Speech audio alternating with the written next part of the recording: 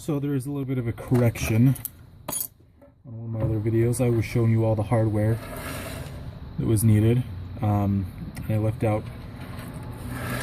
one thing, some other screws.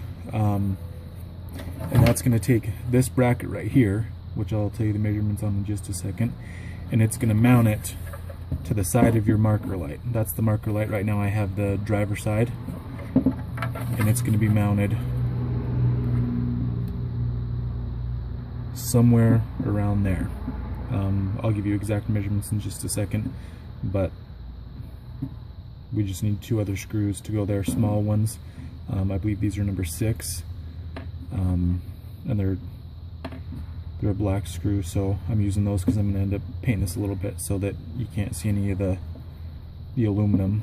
But anyways, you need 2 per side. If you want to drill another hole and do 3, that's up to you. I'm just doing 2, so 2 per side, but I got a few extra there.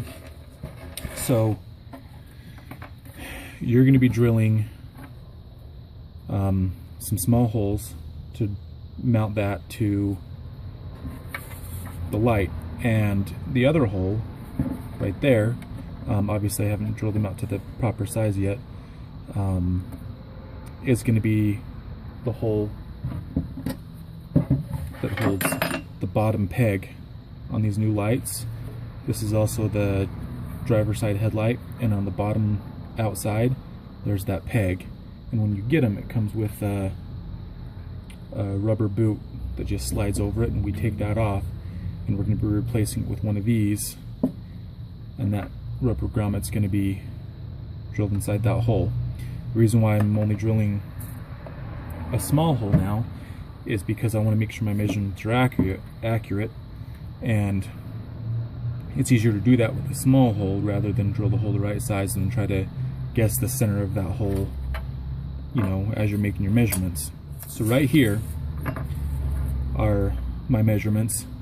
The hole back 2.5 to 2 9/16. What that is from the furthest outside point of the light right here, wherever the tape will grab, you want the center of the hole to be between 2.5 and 2 9/16. Or if you mark it 2.5, it'll work. 2 9/16, it'll work. Just anywhere in between there, that's where the hole needs to be. The bottom hole for the peg. And then I've got the bracket up from the bottom. So the bottom of the bracket up from the bottom needs to be with the rubber grommet. You want it at a 1/2 inch. If you're not going to use one of these and you're just going to put it straight in there, which I don't recommend. At first I had that in there just pegged in, and I made the hole as closely as I could to the exact size so it was a good fit. I was still getting some rattling noise, so I'd go ahead and use some grommets. But if you don't use it, make it 9/16 up, so that would be up just that much more from the bottom, and that's the bottom edge of the bracket from the bottom of the marker light.